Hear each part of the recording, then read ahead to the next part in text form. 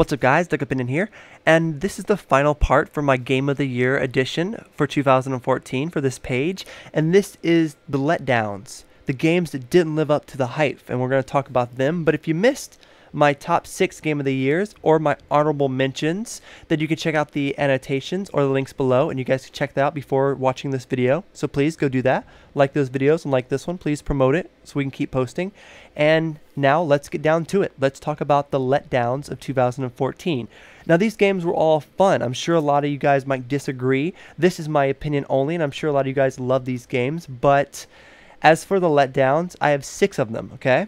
So starting off with Harvest Moon: The Lost Valley for 3DS. Now I did put 30 hours in this game. It was really fun. It wasn't a full letdown, but this game wasn't a good Harvest Moon game. It literally kind of ripped off Minecraft, but it was worse, and it also kept you in just one little area. There was no main town to explore. There was really nothing to explore at all besides little kind of boring caves, and people would just show up in your town now and again.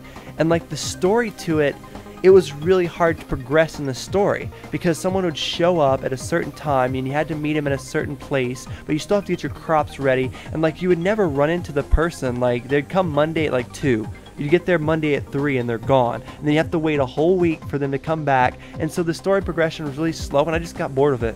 I didn't want to play it anymore. So Harvest Moon, it was a letdown for me. But there is another Harvest Moon coming after February in 2015, so maybe that one will be a little bit better. So my number 5 letdown of 2014 is The Evil Within.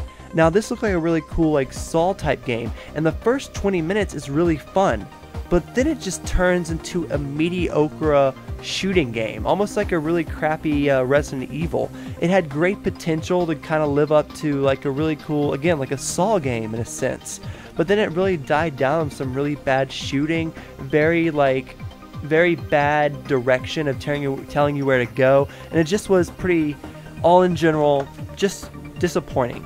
And that one, out of all of them, out of all this list, that game, The Evil Within, is the one I would recommend you guys just not to get, no matter what. It just wasn't that great. So, moving on to number 4, which might be a big surprise, is Far Cry 4.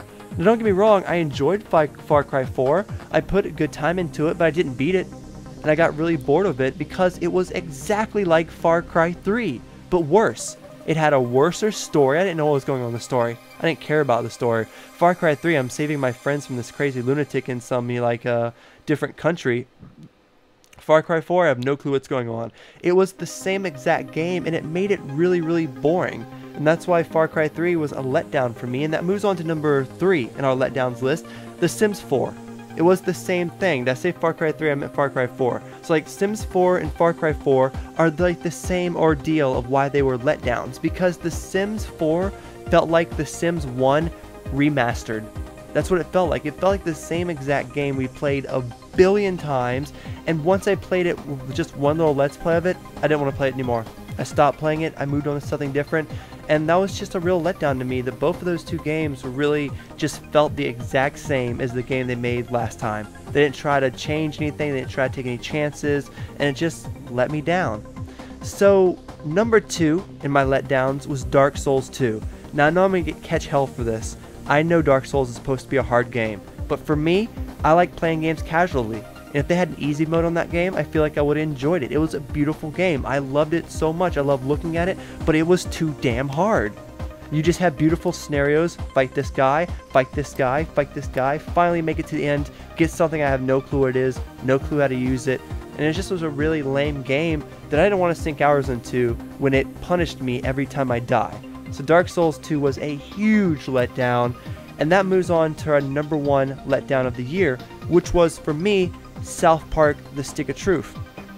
Now I'm a huge South Park fan, and I love playing all the South Park games. This one, I got halfway through, and it just got really boring. I found the fighting to be extremely lame. Once you explored the town and kind of got the laughs out, it was really empty and really bare and kind of had pretty bad direction. But it was a very pretty game. That's why it's like number 1 of my letdowns. It almost was at the honorable mention because it was almost like you're watching the TV show, and it was beautiful, but at the end, I just didn't want to play it anymore. I thought the fighting was kind of crappy, and I just was over it. I was just over it. So that was my letdowns of 2014. I have a couple other games I want to mention. 2 of them are on the didn't live up to expectation list.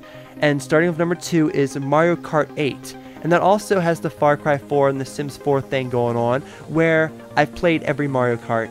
The moment I played Mario Kart 8, I was pro at it, I was good at it, I beat all the levels instantly, and you can beat that game up in 2 hours. And that's $60 for 2 hours. I know you can replay all this stuff, you're supposed to replay it over and over, but for me, I don't have many friends to play with. I played it with my girl a few times, she gets frustrated with it, so Mario Kart was a letdown for me, and they ruined the battle system. And so the number 1 didn't live up to expectation was Watch Dogs. Now, it was great having a game for PS4 at the time that was open world and you could drive around and have fun, but the story was so cliche that I never beat it. Driving around was beautiful, but it wasn't as pretty as Infamous, and the moment Grand Theft Auto 5 came out for next gen, I never want to touch Watch Dogs again. So that was my didn't live up to expectations, and I have 4 games I just want to mention that I either... Well, here, I'll just list them, okay? These 2 I didn't play. So, Halo Master Chief Collection, I know that game was great. It was all the Halos put together. I know the multiplayer is messed up, but it's fixed now. If you have an Xbox One, which I don't, that game must have been amazing, and it's worth mentioning that Halo Master Chief was probably the shit. It was probably great.